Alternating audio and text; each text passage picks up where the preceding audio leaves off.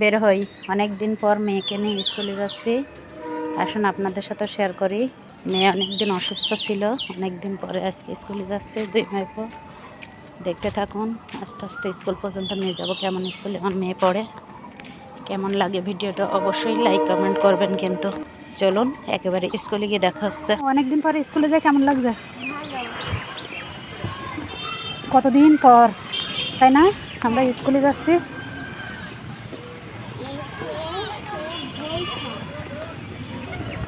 মামে গল্প করতে করতে স্কুলের কাছেই পৌঁছিয়ে গেছি।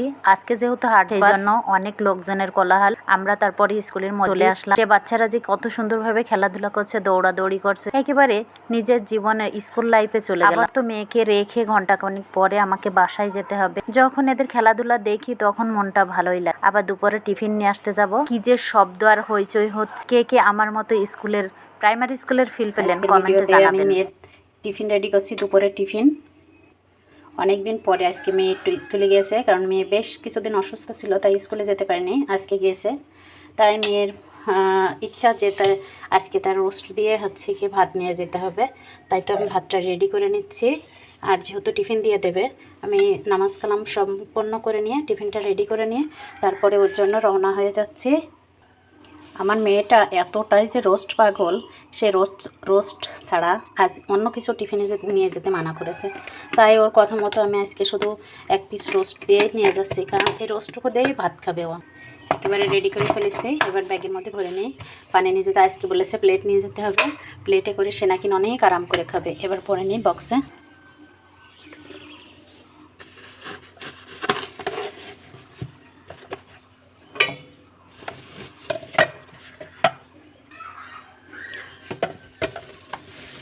একেবারে কমপ্লিট। এবার আমি রওনা দেব। আর এদিকে আমাদের জন্য রান্না করেছি কলা মাছ পটল দিয়ে ঝোল। ছেলে মেয়ে যেহেতু খাবেন, আমরা 2 জন খাবো, এই জন্য একটা তরকারি রান্না। যাই হোক, মেয়ের টিফিন নিয়ে রওনা দিই। চলুন আপনাদের সাথেও শেয়ার করবো অল্প অল্প করে। গামছাটাও নিয়ে নেব, হাত মুখ মোছাতে হবে। গামছাটা নিয়ে নিলাম, ওর গামছা। এই তো রেডি। এবার আমি রেডি হইনি। আসুন চলুন দেখা যাক। এই যে লাঞ্চ বক্স নিয়ে নিয়েছি, আর নেব ছাতা। যে রোদ, বাইরে যে রোদ পড়েছে, একদম ছাতা না নিলে পুড়ে যাব। আর একটু দেরি হলে আমার মেয়ে খুব কান্নাকাটি করবে। ফ্যানটা লাইটটা অফ করে দিই।